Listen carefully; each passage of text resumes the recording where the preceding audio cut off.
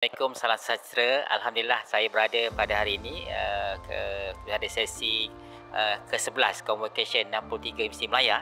Jadi saya amat merasa teruja bila dijemput untuk mewakili alumni untuk saya mengisytiharkan bahawa semua graduan Fakulti Ekonomi pada sesi pagi ini kita isytiharkan sebagai pelajar alumni. Jadi pada diri saya sendiri, saya amat teruja sekali kerana inilah tempat saya memulakan pendidikan tertinggi di peringkat universiti. Di dewan inilah saya menduduki peperiksaan dan juga di dewan ini juga saya menerima scroll daripada tuanku pada ketika itu, dan saya merasakan kembali ke universiti tempat kita bermula, di mana selepas itu kita pergi terus belajar ke peringkat lebih tinggi lagi, tapi permulaan untuk saya pergi lebih tinggi itu di Universiti Melaya. Jadi bila aura berada bersama-sama di hadapan itu, dia punya semangat amat tinggi, dan kita merasakan bahawa apa kita lihat 30 lebih kurang, saya graduan tahun 1989, jadi lebih kurang 34 tahun yang lalu. Jadi begitu pantas masa berlalu, dan kita ingin menyatakan kepada para pelajar, itulah senarionya semasa kita graduan macam saya dulu.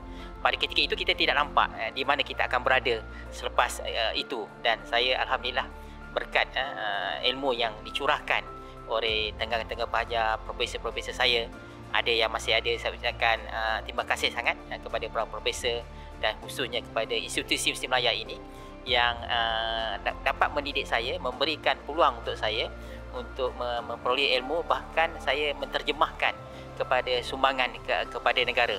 Dan sebenarnya pada tahun-tahun awal tersebut, 89, 86, 80-an, sesiapa yang masuk Universiti Melaya, dia ada satu keadaan yang lebih istimewa universiti yang lain. Tetapi sekarang di samping Universiti Melaya, kita akur ada universiti-universiti yang lain.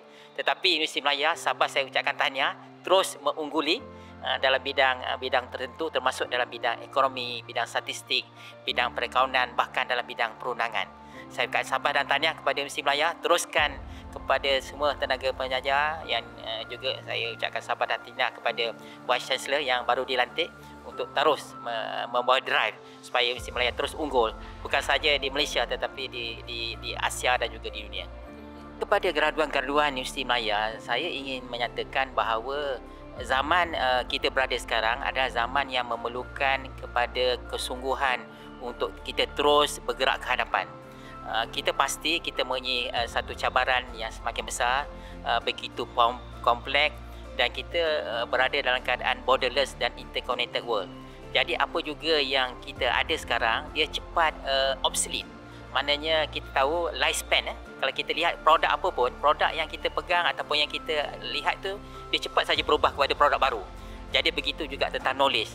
Kalau kita nak stay continue relevant dan dapat menyumbang lebih tinggi, teruskan meningkatkan ilmu pengetahuan, skill, terutama soft skill.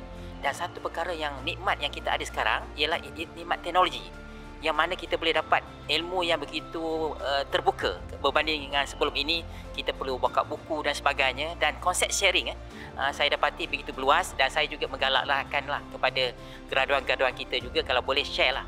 Share, biasanya bila kita share ilmu kita, knowledge kita, sebenarnya kita akan dapat juga balik kepada kita. Ini yang saya nampak ciri-ciri sebuah negara maju. Kita bergerak ke arah sebuah negara maju. Kita nak ramai para rakyatnya, termasuk graduan ini, berkaliber dan boleh membantu juga graduan-graduan ataupun rakyat-rakyat negara lain dengan sharing ilmu yang kita ada. Sabar dan tahniah, usaha jangan berhenti.